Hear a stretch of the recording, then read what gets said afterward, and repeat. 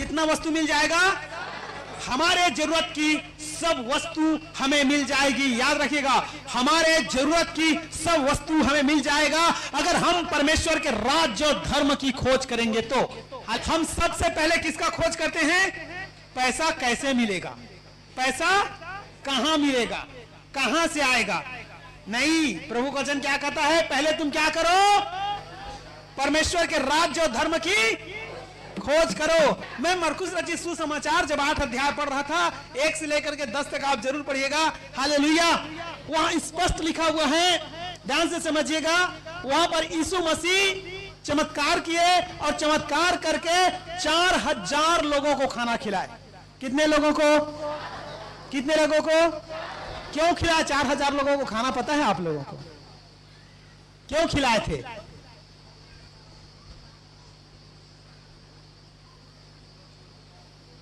चलिए 8 अध्याय का 3 वचन पढ़िए। मरकुस 8 का 3। यदि मैं उन्हें भूखा घर भेज दूं तो मार्ग में थक कर रह जाएंगे, क्योंकि इनमें से कोई कोई दूर से आए हैं। 2 से पढ़ दीजिए, 2 में लिखा हुआ है उसका कारण। मुझे इस भीड़ पर तरस आता है, क्योंकि यह 3 दिन से बराबर मेरे साथ है और उनके पास कुछ भी खाने को नहीं। अब बताइए, 2 में लिखा हुआ है, क्या लिखा हुआ है? बताइए, अपने दिमाग चला के बताइए। क्या था? भूखा था। हाँ, चलिए ठीक है। वचन में लिखा है, जवान से घटी होगा परंतु मेरे खोजियों को भली वस्तु घोटी नहीं। चलिए और कोई बताएं। हाँ, प्रभु के वे साथ थे। हाँ, और हाँ, वे इतने भूखे प्यासे थे वचन के कि 3 दिन तक यीशु मसीह की बराबर क्या कर रहे थे? वो वचन सुन रहे थे। वो परमेश्वर के राज्य धर्म की वचन को 3 दिन तक बराबर सुन रहे थे। इसलिए यीशु मसीह बोले, क्या मैं इनको भूखा भेज दूं? बिल्कुल नहीं, चलो तुम खाने के लिए दो। अपने चेला लोग बोले, तो चेला लोग जवाब दिए, प्रभु हमारे पास इतना है ही नहीं। तो यीशु मसीह ने क्या कहा? क्या है तुम्हारे पास? बोला, थोड़ा रोटी है और थोड़े से छोटे मछली है। यीशु मसीह उसको बढ़ाए और बढ़ा करके सारे लोगों को खिला दिए। और हमारा यीशु मसीह कल और आज और युगानुयुग एक सा है। जो कल चमत्कार करता था वो आज भी चमत्कार करेगा आपके साथ। अगर आप घटी में हैं, अपनी घोषणाएं ना बदलें। हालेलुया। यीशु मसीह की धर्म और राज्य की खोज करें, सब वस्तु तुम्हें मिल जाएगी। वचन सुनते रहे, प्रभु उनको भोजन खिलाया। तो याद रखें इस बात को। यशायाह का किताब उसका 1 अध्याय और उसका 19 और 20 वचन में लिखा हुआ है। यशायाह का किताब 1 अध्याय 19 और 20 वचन में लिखा हुआ है, यदि तुम आज्ञाकारी होकर मेरी मानो तो इस देश के उत्तम उत्तम पदार्थ खाओगे। कब खाओगे उत्तम उत्तम पदार्थ? चलिए बगल वाले को बताएं, बगल वाले को बताइए, कब खाओगे उत्तम उत्तम पदार्थ? अगर तुम आज्ञाकारी होकर प्रभु के वचन को मानोगे तो तुम क्या खाओगे? और आज्ञाकारी नहीं रहोगे और बोलोगे मैं उत्तम उत्तम खाऊंगा, तो अभी भी श्राप आप पर पड़ा हुआ है। अभी भी आप पर श्राप पड़ा हुआ है। वचन कह रहा है, आज्ञाकारी होकर यदि तुम परमेश्वर के मानोगे तो इस देश के उत्तम उत्तम पदार्थ खाओगे, और यदि ना मानो और बलवा करो तो तलवार से मारे जाओगे। परमपिता यहोवा का यही वचन है। समझिए, कब मिलेगा? आज्ञाकारी होकर मानोगे तब मिलेगा उत्तम उत्तम पदार्थ। आकाश और पृथ्वी टल जाएंगी परंतु परमेश्वर का वचन कभी ना टलेगा। हालेलुया। अगर आर्थिक रीति से आप आशीष पाना चाहते हैं, आर्थिक रीति से आप आशीष पाना चाहते हैं तो आज्ञाकारी बने, आप इस देश का उत्तम उत्तम खाएंगे। धन को कई लोग धनी बनना अपने आप को गलत समझते हैं, बहुत सारे विश्वासी लोग। मैं विश्वास करता हूं कि यहां के विश्वासी लोग ऐसे नहीं हैं।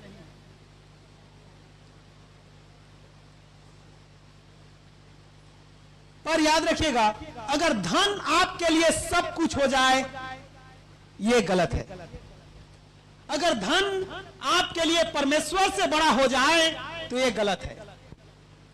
अगर ये दुनिया के रुपया पैसा धन संपत्ति खेत खलिहान जमीन जायदाद आपको परमेश्वर से बड़ा लगने लग जाए तो समझ लीजिए कि आपका आत्मिक पतन हो गया है, आप गिर चुके हैं। सबसे बड़ा कौन है? कौन है? जिसने आपको रुपया पैसा धन संपत्ति पूंजी सब कुछ दिया है। और शुरू में हमने देखा जो प्राण ले सकता है और दे सकता है वो सामर्थ्य रखता है। तो धन आपके लिए पहला नहीं होना चाहिए, पहला आपका परमेश्वर होना चाहिए। तीसरा यूहन्ना का किताब पत्री, तीसरा यूहन्ना की पत्री उसका 1:2 में लिखा हुआ है, हे प्रियो मेरी यह प्रार्थना है कि जैसे तुम आत्मिक उन्नति कर रहा है वैसे तू सब बातों में भी उन्नति कर। तो याद रखिए यहां सब बातों का मतलब था आर्थिक उन्नति के बारे में, क्योंकि आत्मिक उन्नति तो तेरा हो ही रहा है, वचन कर रहा है आत्मिक उन्नति तो तेरा हो ही रहा है, अब तू शारीरिक उन्नति भी कर। हालेलुया। तो प्रभु चाहता है कि उसके बच्चे धनी बने, आर्थिक रीति से आशीषित हो जाएं। भजन संहिता 1 अध्याय, उसका 1 अध्याय कितने लोगों को याद है? क्या ही धन्य है वो पुरुष।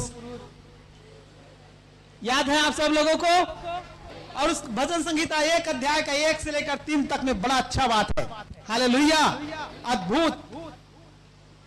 क्या ही धन्य है वो पुरुष जो दुष्टों की युक्ति पर और न पापियों के मार्ग में और न ठट्ठा करने वाले की मंडली में, परंतु वह तो यहोवा की व्यवस्था से और उसकी व्यवस्था से रात दिन, उसकी व्यवस्था पर रात दिन ध्यान करता रहता है।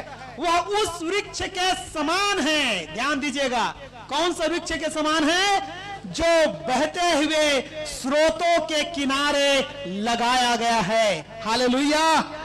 और अपनी ऋतु में फलता है और उसके पत्ते कभी मुरझाते नहीं।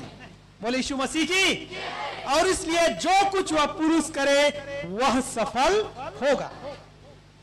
यह किसके बारे में लिखा गया है? आर्थिक आशीष के बारे में लिखा हुआ है।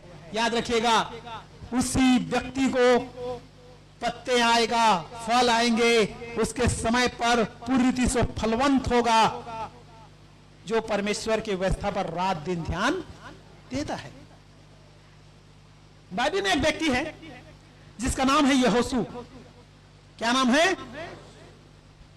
यहोशू का किताब 1:8 पढ़ेंगे तो आपको पता चलेगा कि यहोशू को स्पष्ट इंस्ट्रक्शन दिया गया था कि यह व्यवस्था की बातें उसके चित्त से कभी उतरने ना पाए और रात दिन वो इसी पर ध्यान दिया करे। और वो रात दिन व्यवस्था पर चलता था यहोशू। और बाइबल में सिर्फ यहोशू ही एक ऐसा व्यक्ति है जितने भी युद्ध लड़ा उसमें से कोई भी युद्ध हारा नहीं, हर एक युद्ध वो जीता। बोले यीशु मसीह की। अगर जो व्यक्ति परमेश्वर के वचन को सोकर उठते ही पढ़ते हैं और सोने से पहले पढ़ के सोते हैं, वो व्यक्ति मानसिक रीति से विजय होगा, शारीरिक रीति से विजय होगा, संसारिक रीति से विजय होगा और आर्थिक रीति से भी विजयी होगा। और जो व्यक्ति अपने घर के कबाड़ में लेकर के इसको रख दिया है, कभी पढ़ता नहीं, वो व्यक्ति क्या जीतेगा?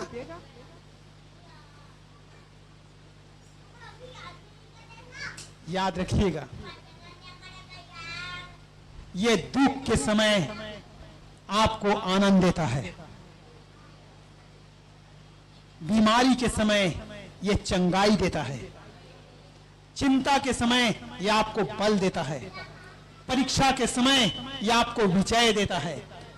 हालेलुया। आप हर रीति से सामर्थी रहेंगे, घबराएंगे नहीं। तो याद रखिएगा, अगर आप आर्थिक रीति से विजयी होना चाहते हैं, रुपये पैसे धन संपत्ति में बढ़ जाना चाहते हैं, तो याद रखिएगा आर्थिक आशीष को पाने के नियम भी आपके पास है। बाइबल स्पष्ट आपको दे चुका है। दुनिया में हर चीज का नियम है और उसको ठहराया किसने है? परमेश्वर ने। आप देखे होंगे, समुद्र गए होंगे, समुद्र का लहर ऊपर आता है तो आप खड़े खड़े ऐसे देखेंगे कि बस आते आते पूरा चला जाएगा, लेकिन वो आता है क्या? आएगा और एक सीमा परमेश्वर ने बांध कर रखा है, उस सीमा से वो वापस लौट करके चला जाता है। आएगा जाएगा, आएगा जाएगा। नियम ठहराया परमेश्वर ने। ठंडा आया था, उसके बाद गर्मी। अब गर्मी के बाद कौन आने वाला है? और बरसात के बाद गर्मी आ जाएगा क्या? क्या आएगा? किसने नियम ठहराया है? और ये कंटिन्यू क्या होते रहते हैं? प्रकृति पर चलते रहते हैं। हालेलुया। बर्फ का पानी बन जाना, गर्मी पाते ही पिघलकर पानी बन जाना, और पानी का ठंडा पाते ही बर्फ बन जाना। प्रकृति में चलता रहता है, क्योंकि ये प्रकृति का नियम है। आप अपने घर में ठंडा दो या बाहर में ठंडा दो, पानी क्या बन जाएगा? हमारे घर के फ्रिज में हम ठंडा देते हैं, वो क्या बन जाता है? बर्फ बन जाता है। ये क्या है? नियम है। उसी प्रकार से आत्मिक नियम है और इस प्रकृति का भी नियम है। आत्मिक संसार है और संसारिक संसार भी है। आत्मिक आंखों से जो विश्वास में चलता है, जो वचन को रात दिन मनन करता है, उस व्यक्ति को दिखाई देता है। हालेलुया। ध्यान समझिए। एक दिन स्मिथ विगल्सवर्थ एक घर में प्रार्थना करने के लिए गए,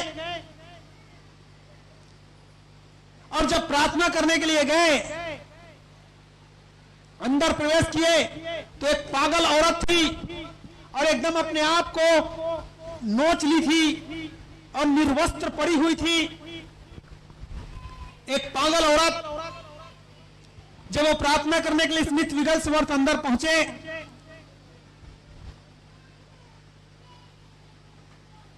तो उसके साथ में और कुछ लोग गए, उसके परिवार के रिश्तेदार। पर स्मिथ विगल्सवर्थ ने जब कमरा को ऐसा देखा घूम करके, तो उसने एक बात बोला, अच्छा तो तू है यहां पर? ऐसा बोला उसने। क्यों बोला पता है? क्योंकि उसको एक कोने में दुष्टात्मा शैतान खड़ा हुआ, बाहर दांत निकाले हुए हंसते हुए दिखाई दे रहा था। तो उसने कहा, अच्छा तो तू है? और उसने तुरंत उससे कमांड किया, यीशु मसीह के नाम में निकल जा। और वो निकला, और तुरंत वो पागल औरत जो निर्वस्त्र पड़ी हुई थी उठी और उठ करके तुरंत अपना वस्त्र संभालने लगी। हालेलुया।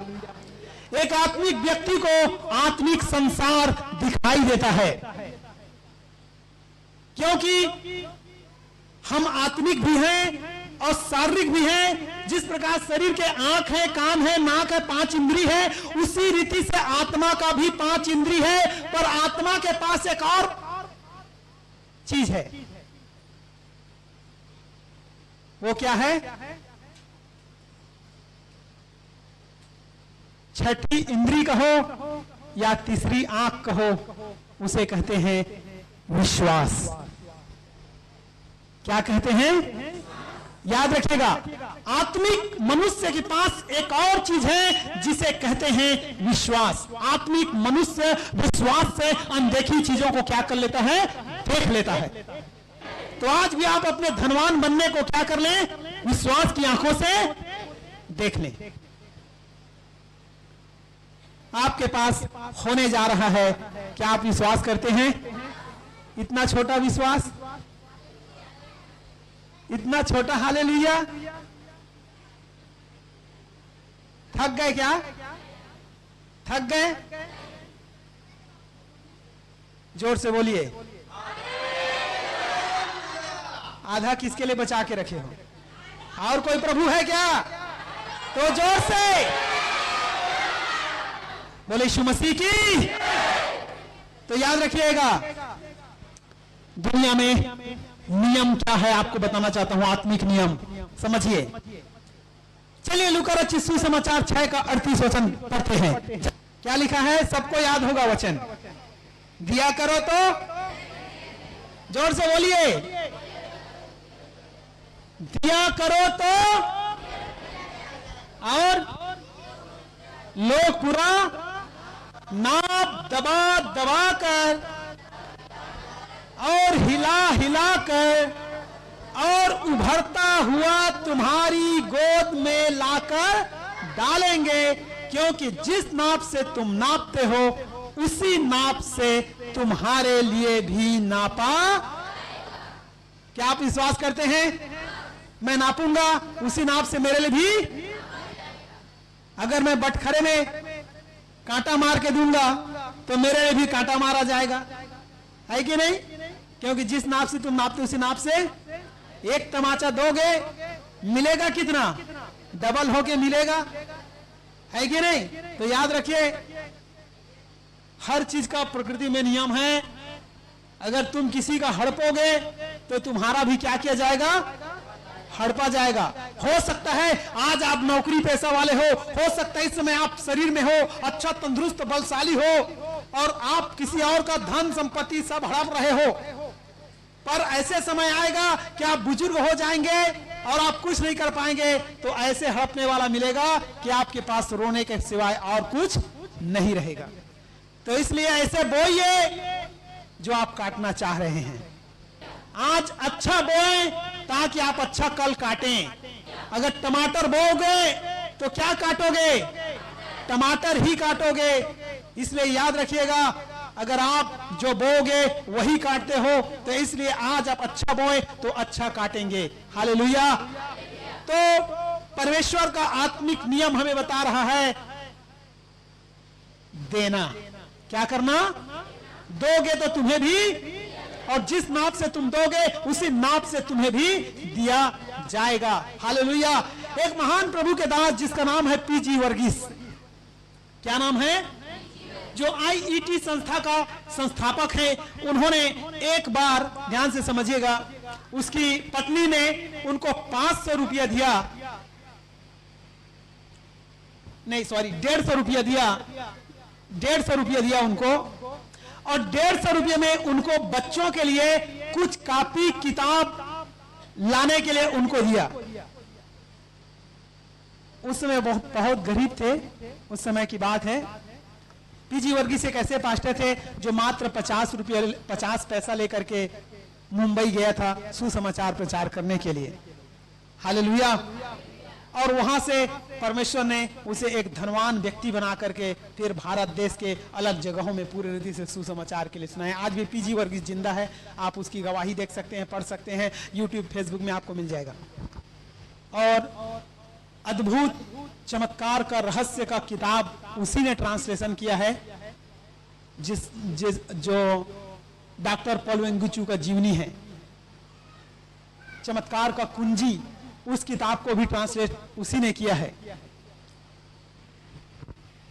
और बहुत सारे किताब उसने लिखा है विश्वास के बारे में। पीजी वर्गीस ने अपनी गवाहियों को भी बहुत किताबों में उन्होंने लिखा है, अगर आप उनको पढ़ेंगे तो आपको पता चलेगा। तो पीजी वर्गीस जो है, एक बार 150 रुपया लेकर सामान खरीदने जा रहे थे। उनको बोला उनकी पत्नी ने, जिस चर्च में आप जा रहे हो प्रचार करने, वहां प्रचार करने के बाद आप क्या लेके आना? किताब लेकर आना है। अब वहां पर प्रचार हुआ और प्रचार होने के बाद मात्र उसके पास 150 ही पैसा था, और दान का जब झोला आया तो उसने 150 रुपया अपने पॉकेट से निकाला और निकाल करके प्रभु को कहा, हे परमेश्वर, ये मेरा आपको दशमांश है। ऐसा करके उसने क्या किया, उस झोली में डाल दिया। कितना? 150 रुपया। जब प्रचार वहां का खत्म हुआ और खत्म होने के बाद जब वो आ रहे थे तो वहां के पास्टर ने क्या किया, जितना भी दान उस कलीसिया में आया था वो दान उसने उसी पास्टर को, पीजी वर्गीस को दे दिया। तो बोले कि मुझे आप क्यों दे रहे हैं? तो उसने कहा कि जो कोई वचन हमारी कलीसिया में प्रचार करता है उसी को हम उस दिन का दान देते हैं, ऐसा कहा। और वो लेकर आ गए और आने के बाद अपने पत्नी को, उसकी पत्नी ने पूछा कि मैंने जो किताब मंगाया था उसने आपने नहीं लाया? तो बोले वो तो मैं प्रभु को दशमांश दे दिया। उसकी पत्नी ऊपर से नीचे देखी, कुछ नहीं बोली, क्योंकि वो भी एक विश्वासी थी। पर ऐसा बात करने के बाद तुरंत उसने एक पोटली निकाला और उस पोटली को उसको दिया और वो पोटली लेकर गई और उसे काउंट की। और काउंट करने के बाद मैं आपको बताना चाहता हूं वो 1500 ही रुपया था। ये बहुत समय की बात है, 1500 बड़ा पैसा होता था। हालेलुया। पीजी वर्गीस अभी एकदम बुजुर्ग हो चुके हैं। दोगे तो तुम्हें भी, और जिस नाप से तुम नापते हो उसी नाप से तुम्हारे लिए नापा जाएगा। एक भाई जो था बाइबिल कॉलेज में, उसके पास मात्र 20 रुपया था और उसने 20 रुपया को जब दान के झोली आया तो प्रभु मेरा तो कुछ सामान नहीं आएगा इसमें, ऐसा सोच करके उसने 20 रुपया को डाल दिया। परंतु 20 रुपया डालने के बाद जब मीटिंग खत्म हुआ तो मीटिंग खत्म होने के बाद सब एक दूसरे से गले मिले और एक व्यक्ति ने उसके पॉकेट पर कुछ डाला और जा करके जब उस अपने क्लास में, अपनी कक्षा में आकर के जब उसे देखा तो क्या देखता है, वो 200 रुपया था। मैंने भी आपके बीच में अपनी गवाही रखा था। एक बार चेन्नई से जब मैं आया तो मैंने 50 रुपया था और उस 50 रुपया को मैंने दान दे दिया और परमेश्वर ने मुझे वहीं पर 500 रुपये दिया। हालेलुया। क्योंकि प्रभु जानता है जहां हम घटी में हैं वहीं पर परमेश्वर हमें भरपूरी करेगा। अब ध्यान से समझिएगा, दशमांश नहीं देना आशीष है या श्राप है? अगर हम दशमांश नहीं दे पा रहे हैं तो भी हम श्रापित हैं। ध्यान से समझिए। चलिए मलाकी का किताब 3 अध्याय 7 वचन से पढ़ेंगे, जल्दी से फटाफट पढ़ेंगे। अपने पुरखाओं के दिनों से तुम लोग मेरी विधियों से हटते आए हो। अपने पुरखाओं के दिनों से तुम मेरे विधि से हटते आए हो और उनका पालन नहीं करते। और उनका पालन नहीं करते। तुम मेरी ओर फिरो, तुम मेरी ओर फिरो, तब मैं भी तुम्हारी ओर फिरूंगा। देखिए, तुम मेरी ओर फिरो तो मैं तुम्हारी ओर फिरूंगा, प्रभु कह रहा है। और सेनाओं के यहोवा का यही वचन है। सेनाओं के यहोवा का यही वचन है। परंतु तुम पूछते हो हम किस बात में फिरे? परंतु तुम पूछते हो कि हम किस बात में फिरे? क्या मनुष्य परमेश्वर को धोखा दे सकता है? देखिए सुनिए, हम किस बात में फिरे? दशमांश नहीं देने वाले लोग सोचते हैं अरे भाई हम तो सब ठीक ठाक हैं। हाँ, और क्या मनुष्य परमेश्वर को धोखा दे सकता है? क्या मनुष्य परमेश्वर को धोखा दे सकता है? पर देखो तुम मुझको धोखा देते हो। परंतु देखो तुम मुझको धोखा देते हो। और तो भी पूछते हो हमने किस बात में तुझे लूटा है? हमने किस बात पर तुम्हें लूटा है? दशमांश और उठाने की भेंटों में। फिर क्लियर कर रहा है कि किस बात पर लूटा है? दशमांश देने और उठाने की भेंटों पर। तुम पर भारी श्राप पड़ा है। तुम पर भारी श्राप पड़ा है, क्योंकि तुम मुझे लूटते हो, वरन सारी जाति ऐसा करती है। बस सारी जाति आशीषित नहीं है, क्योंकि दशमांश नहीं दे रहे थे इसलिए तुम आशीषित नहीं हो, श्रापित हो। अब ध्यान से समझिएगा। मैंने प्रभु से कहा इस साल 2024 में, मैंने कहा प्रभु मैं जनवरी से आपको 5000 दशमांश दूंगा। हालेलुया। मैंने देखा जनवरी में मुझे प्रभु ने 5100 रुपया दिया। हालेलुया।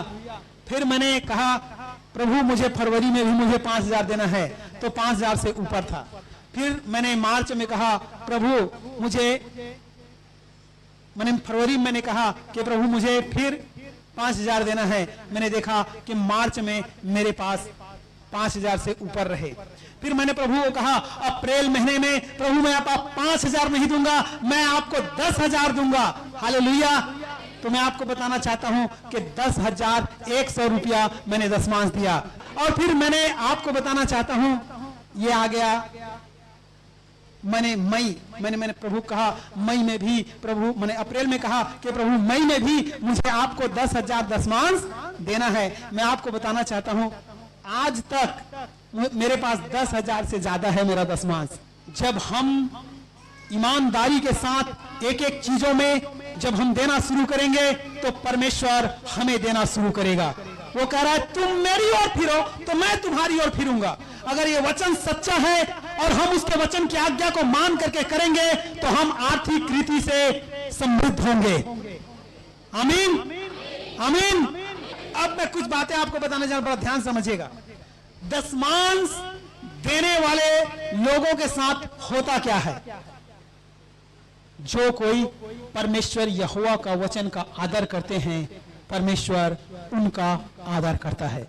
हम देखते हैं बाइबल में पहला शामिल 2 अध्याय उसका 30 वचन पढ़ेंगे तो आपको पता चलेगा होपनी और पिनहास मर गए क्योंकि उन्होंने परमेश्वर के वचन का आदर नहीं किया, पर जिन्होंने आदर किया उसको परमेश्वर ने बचाए रखा। तो एक दशमांश देने वाले को सही उद्देश्य के साथ दशमांश देना चाहिए क्योंकि वो परमेश्वर को प्यार करता है और परमेश्वर के कार्य को बढ़ाने के लिए वो हमेशा तैयार रहता है। पृथ्वी पर सबसे आशीषित मनुष्य अब्राहम रहा। क्या अब्राहम दशमांश देता था? अगर आप उत्पत्ति की किताब 14 अध्याय और उसका 20 वचन पढ़ें तो हम देख सकते हैं उसमें उसने मलकीसिदक को दशमांश दिया और अब्राहम का कभी भी धन संपत्ति का कभी नुकसान नहीं हुआ।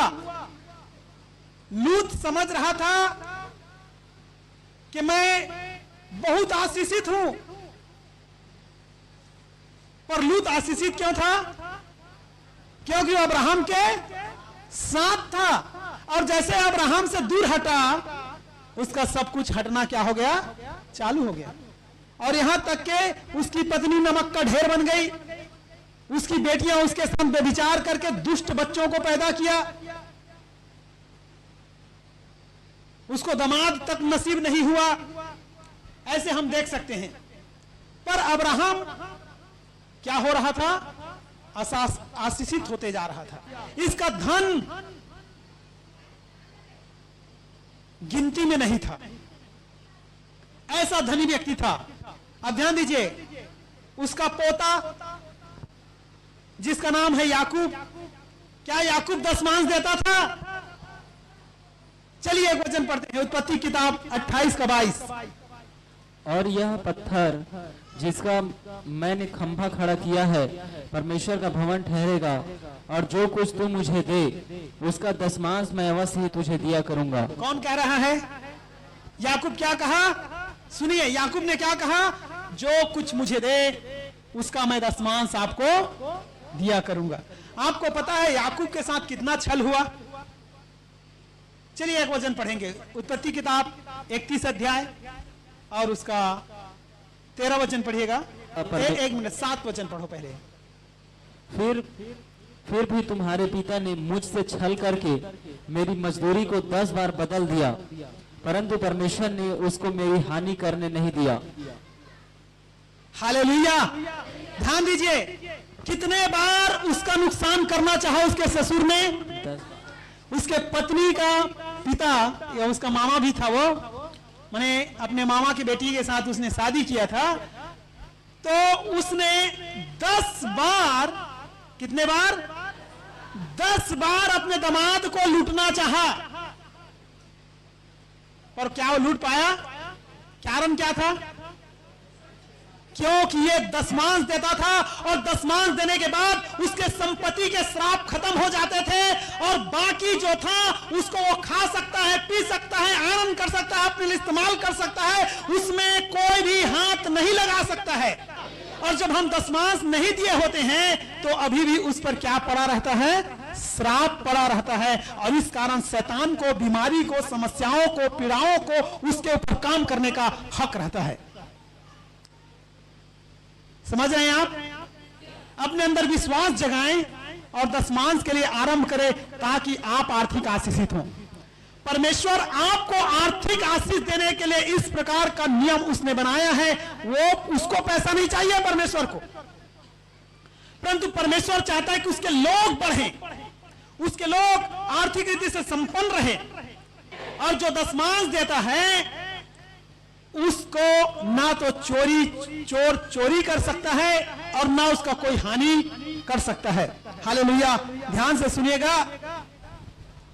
एक बार एक प्रभु का दास पास्टर और पास्टरनी वे हमेशा दशमांश देते थे। उनके घर में एक केला का पेड़ था और केला में बहुत बड़ा बड़ा केला लगा हुआ था और उस केला के कारण उसके पत्नी को हमेशा क्या करना पड़ता था? घर में रुकना पड़ता था उसको देखभाल करने के लिए, कोई चोरी करके ना ले जाए। एक दिन बोले पास्टर जी, अरे कितना दिन तक हम रुकेंगे इस केला के चक्कर में, चलो करके होल नाइट के प्रार्थना में दोनों के दोनों क्या हो गए? चले गए। चोर ताक में था कब घर खाली हो और हम चोरी कर लें। चोर आया और केले को काटा। आपको पता है जब सुबह हुआ तो दोनों पास्टरनी और पास्टर आए और पास्टरनी क्या करती है? उसके कोहनी में ऐसा कोचक के बोला, अरे देखो जी केला क्या हो गया है? नहीं है। और जब जा करके नीचे देखे तो क्या था? उस केला का घेरा में एक आदमी दबा हुआ था और केला को ऐसा पकड़ा हुआ था। समझिए इस बात को। जो दशमांश देता है उसका एक केला भी कोई आदमी चोरी करके ले जा नहीं सकता है। जो चोरी करने आया था वो केला में दबा था। पास्टरनी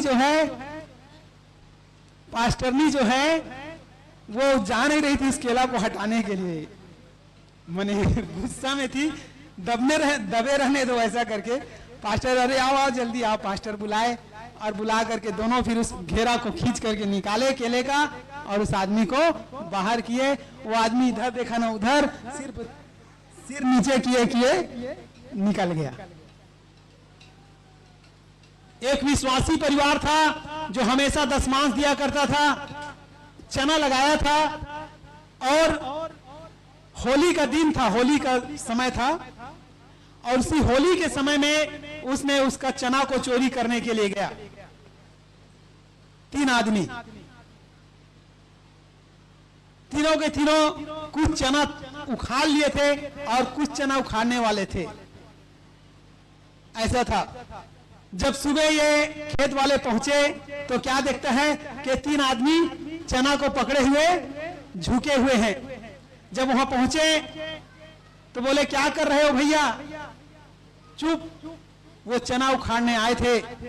मैं आपको बताना चाहता हूं, जो व्यक्ति दशमांश देता है उसका केला तो केला, एक चना भी कोई आदमी ले जा नहीं सकता है।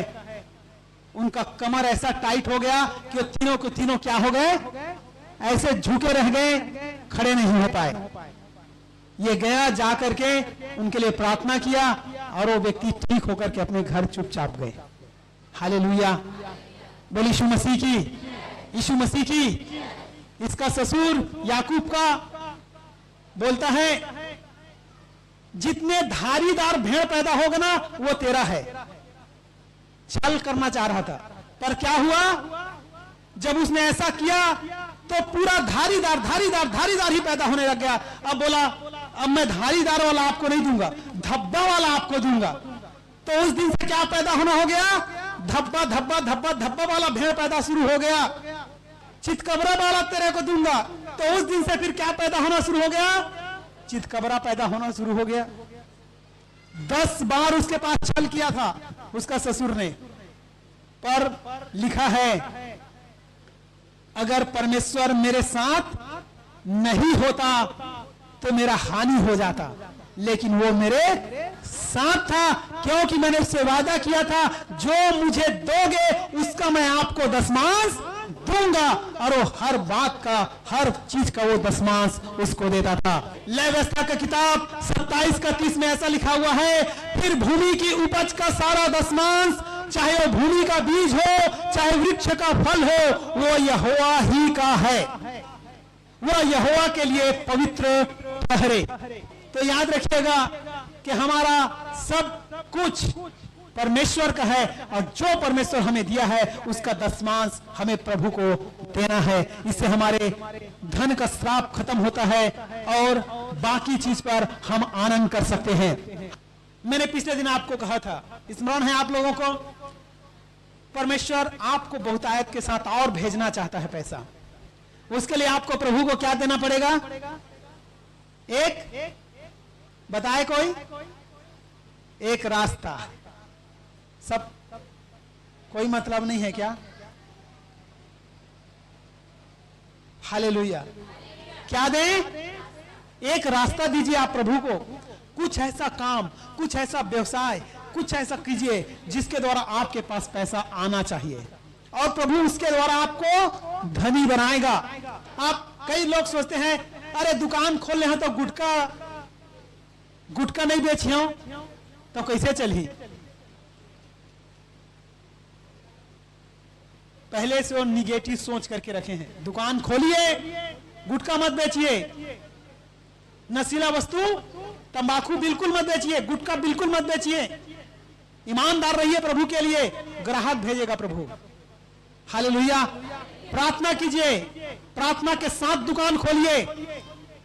दुकान खोलने से पहले प्रार्थना के साथ दुकान खोलिए, वचन पढ़िए। दुकान बंद करने के बाद भी वचन, प्रभु को जो समय है प्रभु को दीजिए। और दुकान खोल करके ऐसा मत कीजिए कि संगति में आना बंद कर दीजिए, इसमें आप कभी नहीं बढ़ सकते।